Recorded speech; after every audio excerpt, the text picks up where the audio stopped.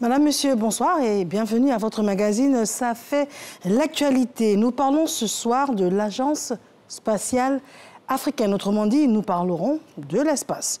Depuis des décennies, les grandes puissances mondiales ont exploré l'espace, déployé des satellites et envoyé des missions. Aujourd'hui, l'Afrique fait son entrée dans la course avec l'Agence spatiale africaine. Quels sont les défis à relever ? Quels sont les bénéfices pour nos économies, pour notre sécurité, pour notre environnement? Quel rôle joueront les générations futures dans cette grande aventure? Quelles sont les ambitions qui se dessinent pour l'Afrique, pour la Côte d'Ivoire spécifiquement, dans le domaine spatial? Ça, il est temps de s'y intéresser. Nous avons un élément du reportage qui est signé Ahmed Traoré.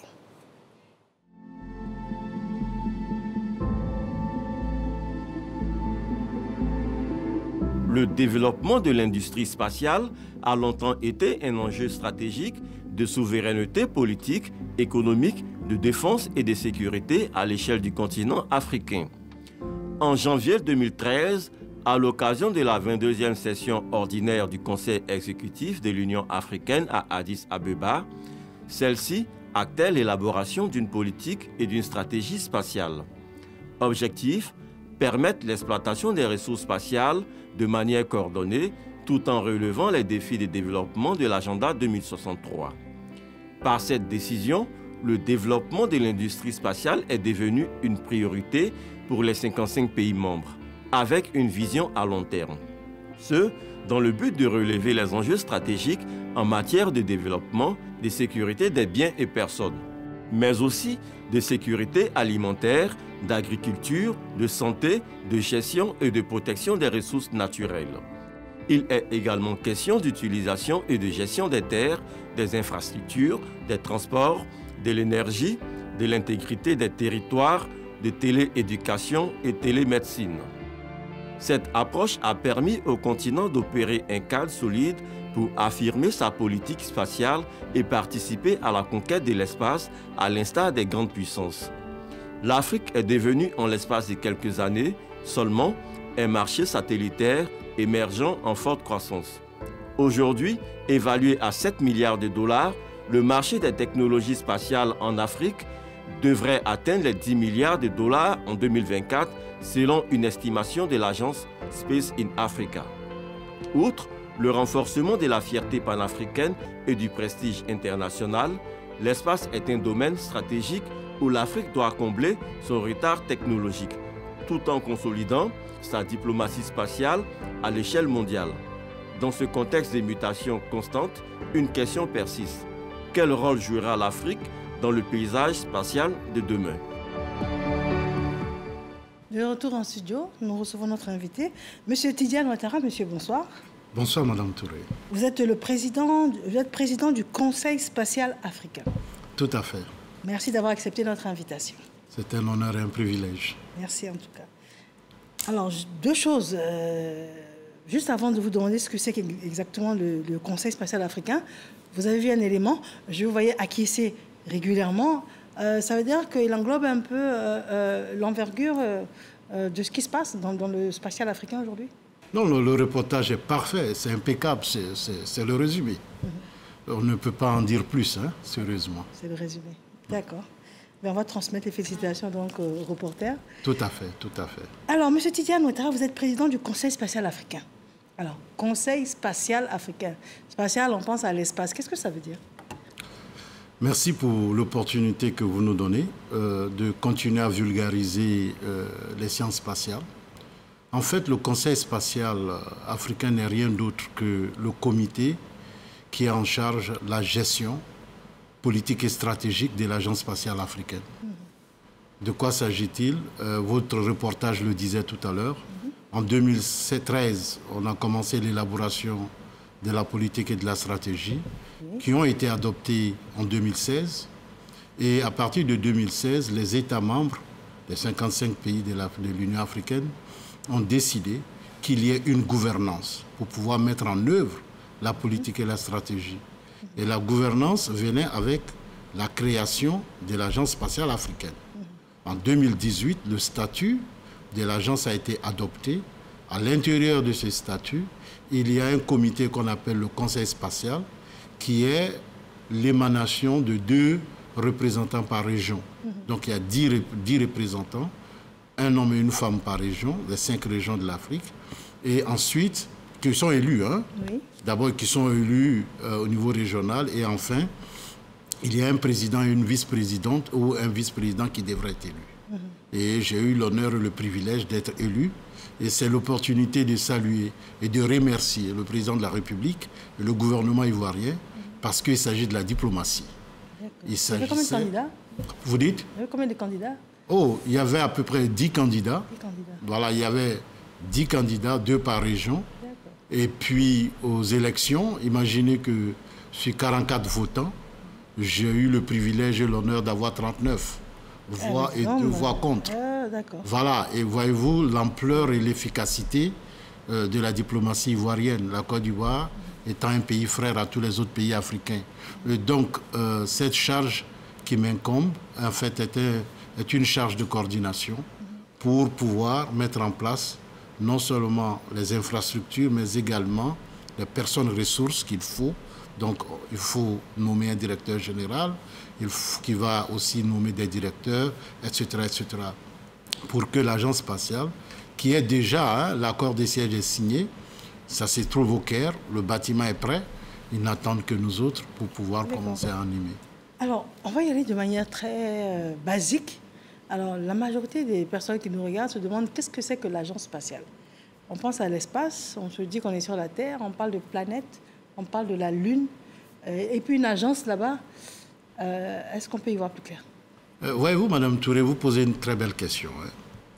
Nous, les Africains, sommes de gros consommateurs, sinon les plus grands consommateurs des produits et services spatiaux. Mais nous n'en produisons pas. Ça veut dire quoi? Aujourd'hui, la télécommunication par satellite. En Afrique, nous sommes plus d'1,3 milliard. Et en 2050, on sera plus de 2 milliards.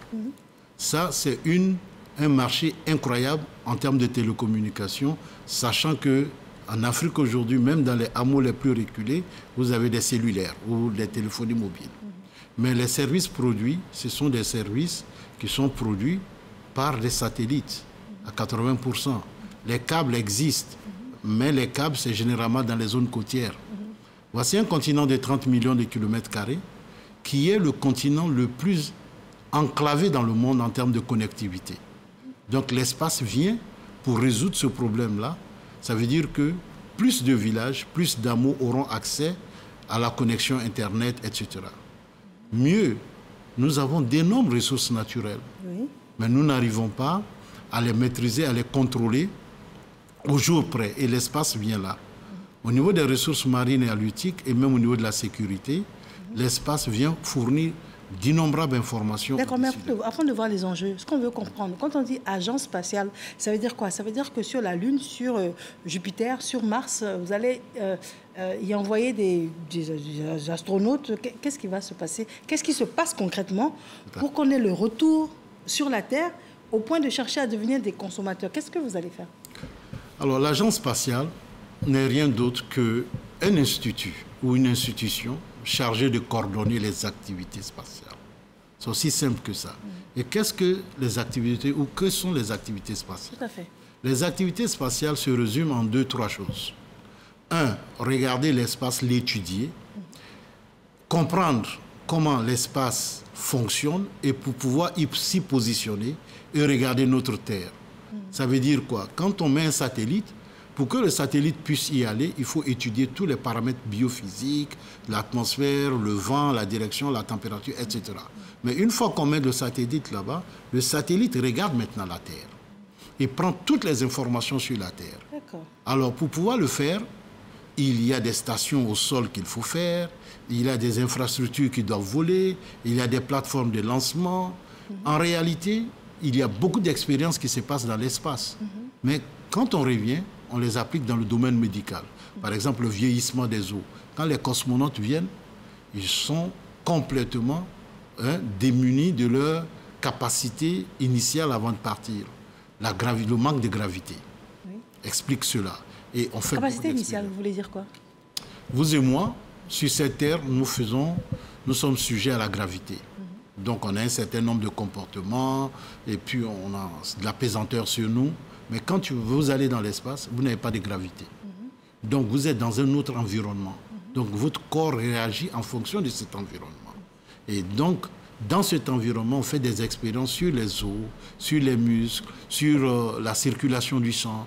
Et lorsqu'on vient ici, on développe des médicaments qui contribuent à la coagulation ou à la décoagulation du sang, des médicaments qui permettent de renforcer les os, des médicaments qui permettent de travailler les muscles pour les rendre un peu plus tendres. Donc les conditions là-bas sont plus saines, peut-être, ou bien enfin très différentes de celles d'ici. Très différentes. Est-ce que c'est une légende ou c'est la réalité quand on nous dit que quand un astronaute part, quand il revient, d'abord le temps n'était pas le même, et puis de deux, il n'a pas vieilli comme nous on aurait vieilli sur la Terre. C'est vrai ou c'est une légende?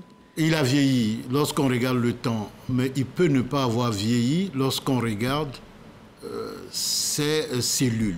D'accord. Cependant, donc c'était pas une légende. Voilà, c'est pas une légende. Cependant, il faut relativiser les choses. Nous trouvons que les astronautes ont une espérance de vie qui est un peu réduite. Tout simplement parce qu'ils sont assujettis à beaucoup de choses. Vous savez, quand le satellite ça va, il y a beaucoup de secousses et il y a beaucoup de vitesse. Voyez-vous un avion qui décolle, quand vous regardez par le hublot, imaginez un peu les fusées qui décollent. Donc tout ça, c'est des stress, c'est des pressions. Et puis le fait d'être dans une petite cuvette ou dans un endroit très étroit pendant des mois, voyez-vous, c'est pas évident en termes de stress, etc. Donc, est-ce que je fais bien d'essayer de schématiser en disant que l'agence spatiale, c'est le fait de développer du matériel et des compétences pour pouvoir aller au-delà donc de la Terre, y installer du matériel pour regarder la Terre et puis l'exploiter à des fins économiques, à des fins agronomiques, à des fins culturelles, enfin, c'est ça? Tout à fait, exactement cela. Aussi simple que cela. Et pour pouvoir le faire, il y a non seulement la science de la chose, mais il y a aussi la politique, il y a les lois, il y a toutes sortes de, je dirais, de cadres ou de mécanismes ou d'infrastructures, que ce soit infrastructures physiques ou même législatives à mettre en place. Je peux vous dire qu'on ne va pas dans l'espace n'importe comment. Les fréquences, la politique d'utilisation de l'espace, l'occupation des orbites, tout ça, c'est tout cela que l'agence spatiale regarde. Et l'agence spatiale africaine a ce rôle-là de coordonner. Encore une fois, nous ne nous substituons pas aux agences spatiales nationales, parce que les pays en ont, mais nous nous assurons que les pays qui n'ont pas d'agence spatiale, et la plupart des pays africains n'ont pas d'agence spatiale, il y a 3 catégories de pays. Il y a ceux qui sont en avance, l'Afrique du Sud, l'Égypte, l'Algérie, le Nigeria. Et puis il y a le nouveau venu, l'Éthiopie, le Kenya, le Gabon, le Sénégal, le tout dernier, qui a d'ailleurs lancé un satellite. Il y a quelques jours. Il y a quelques jours. Donc c'est nouveau venu, mais la plus grande partie des pays africains sont des utilisateurs. D'accord. Et donc alors, nous avant qu'on vienne aux tout le monde utilisateurs, j'aimerais bien que l'on puisse comprendre qu'est-ce qu'on sera capable, ou bien qu'est-ce qu'on est déjà capable de faire. J'ai énuméré certains points ici, vous allez nous les expliquer. Quand on parle du développement économique, comment est-ce qu'avec l'agence spatiale, on peut développer de manière économique? L'agence spatiale, en fait, est une agence qui va créer l'environnement et les conditions. Parce que l'innovation dans le domaine spatial, même scientifique, ça vient de 2 entités. Ça vient du secteur académique, qui fait de la recherche et du développement, et qui forme les employés ou les futures élites. Et le secteur privé, qui récupère les résultats de la recherche et du développement pour transformer ça en produits et services sur le marché. Mais bien sûr, en utilisant les employés formés ou les élites. D'accord? Donc, à partir de ce moment-là, l'Agence spatiale africaine se donne comme objectif de former beaucoup plus d'étudiants. D'encourager les pays à créer des incitations à ce que le secteur privé puisse être mis en place, etc., etc. Donc, l'agence n'est qu'un catalyseur, n'est qu'un instrument pour catalyser. L'agence n'est pas là pour faire. Et c'est pour cela que l'agence travaille avec beaucoup de partenaires. Et quand on parle de sécurité, pourquoi on parle de sécurité? Qu'est-ce que cela apporte en ce qui concerne la sécurité? Bon, l'espace a ceci de dynamique et d'exceptionnel que l'espace peut vous offrir l'information à temps quasi réel. C'est-à-dire que le mouvement des personnes, le mouvement des véhicules et le mouvement des événements. Ce que nous appelons événements, inondations, les ouragans, etc. À partir de l'espace, on les observe très facilement. Et ces informations permettent aux décideurs tout de suite d'entreprendre les actions qu'il faut.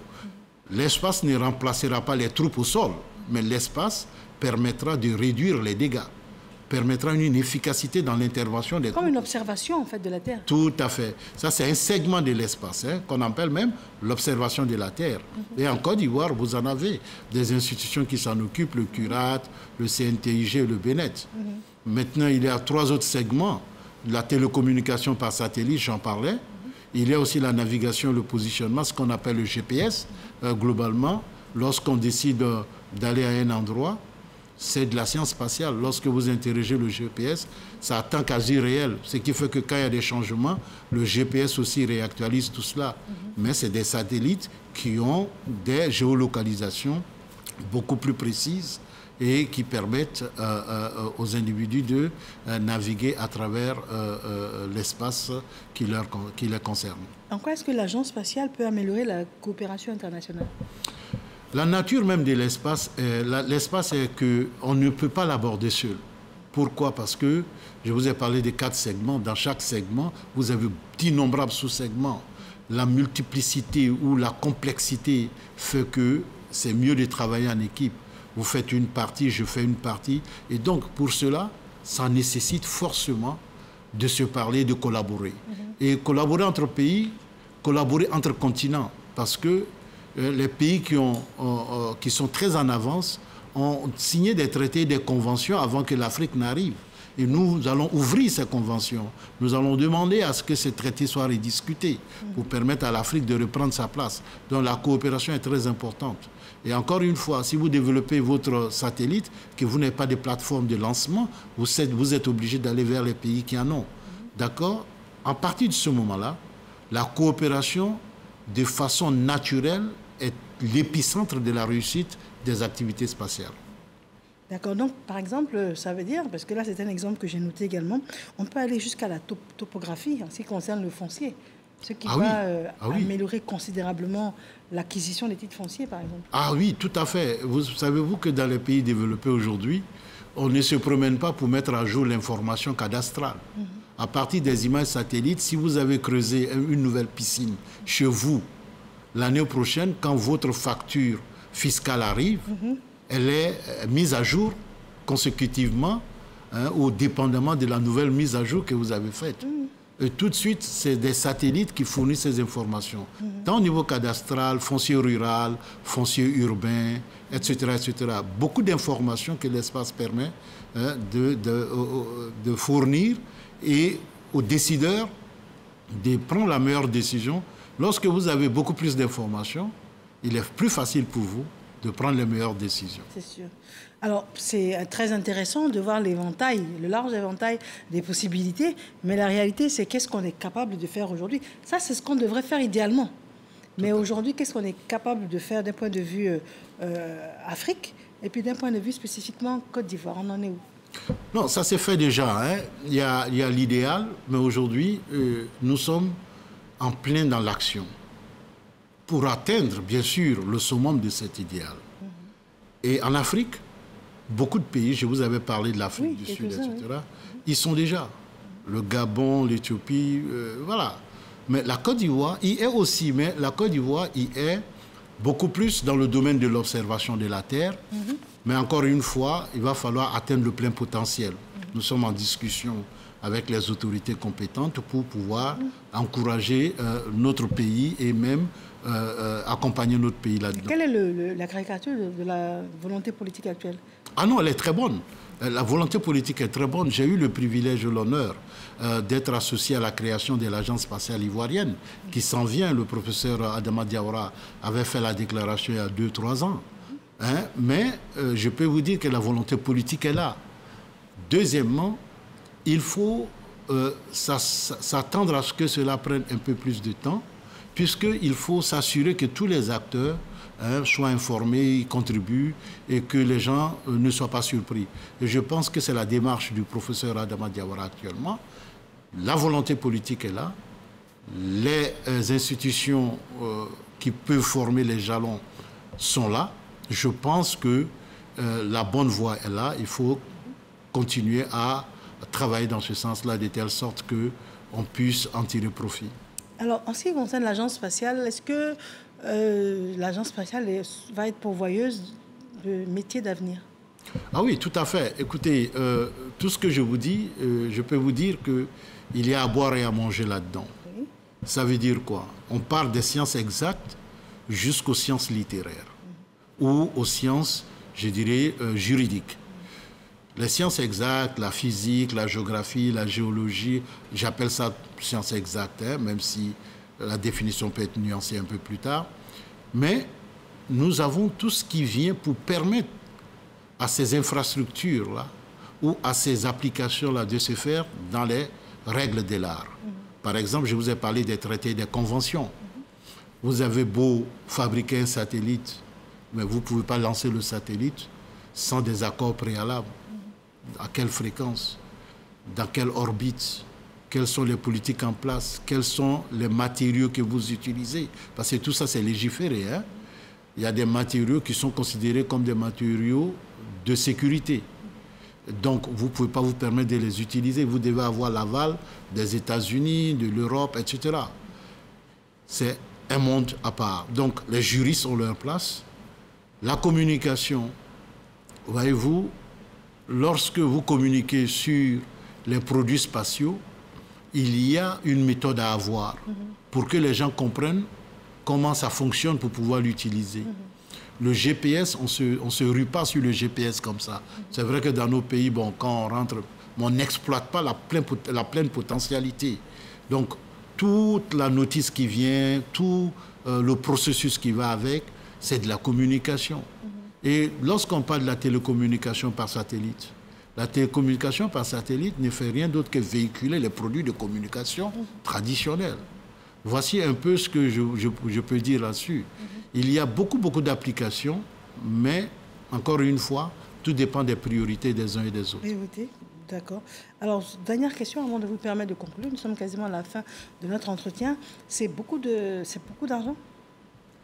L'espace, ça dépend de ce qu'on veut faire. Je peux vous dire qu'il y a deux parties.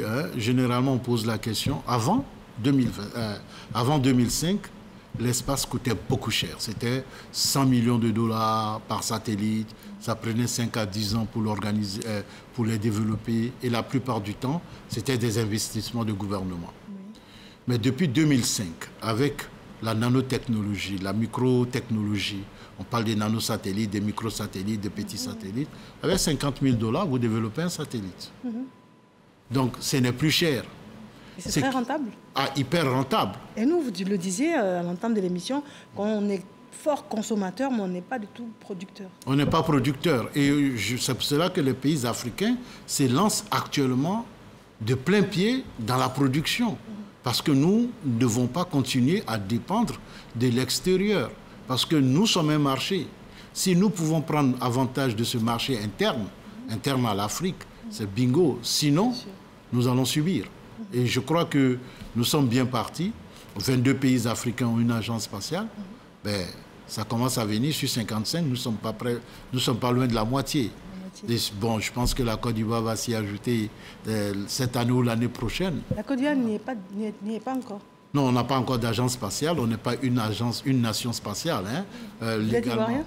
Je suis ivoirien. Je suis ivoirien. Je suis de la Côte d'Ivoire profonde. Je suis de Congo. Je suis né à Gagnoa. Et puis voilà. Vous allez en faire un défi. C'est quasiment personnel parce que vous y êtes et votre pays n'y est pas. Non, tout à fait. C'est une très belle question. C'est pour cela que je remercie le professeur Adama Diawara de m'avoir associé à l'entreprise. Et je suis consulté et je fais ce que je peux je fais ma part, mais croyez-moi, avec l'opportunité que la Côte d'Ivoire m'a donnée d'occuper ce poste, je pense qu'en retour, je me dois aussi de regarder par rapport au pays, qu'est-ce qu'on peut faire pour faire avancer cette science dans ma patrie, voilà, ma patrie bien-aimée, comme on dit. Votre dernier mot? Alors, mon dernier mot, d'abord, merci pour cette opportunité que vous nous donnez. Et il faudrait que la jeunesse ivoirienne sache que si un petit monsieur né à Gagnoa dans la poussière, grandi dans la poussière, enfant de pauvre, a pu se trouver dans les sciences spatiales sont abordables. Et les sciences spatiales sont le futur. L'économie du 21e et du 22e siècle, c'est les sciences spatiales, télémédecine, télééducation. Et je peux vous en citer. Ce sont des formations disponibles en Côte d'Ivoire? Ce ne sont pas des formations disponibles en Côte d'Ivoire en entier, mais il y a des morceaux qui permettent de se propulser et de s'orienter dans ces domaines-là. Et bien sûr, votre question m'amène à parler de l'éducation. Donc nous sommes en train d'encourager les pays à avoir des programmes d'éducation dédiés à ces choses-là. Et on n'a pas besoin d'aller au Canada ou aux États-Unis comme nous autres au Canada. Pour pouvoir faire ces études, on peut fournir ces études-là à nos enfants et nos frères.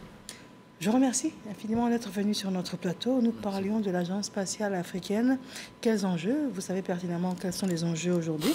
Et nous recevions M. Tidiane Ouattara, qui est donc président du Conseil spatial africain. Infiniment merci de nous avoir suivis. Bonsoir.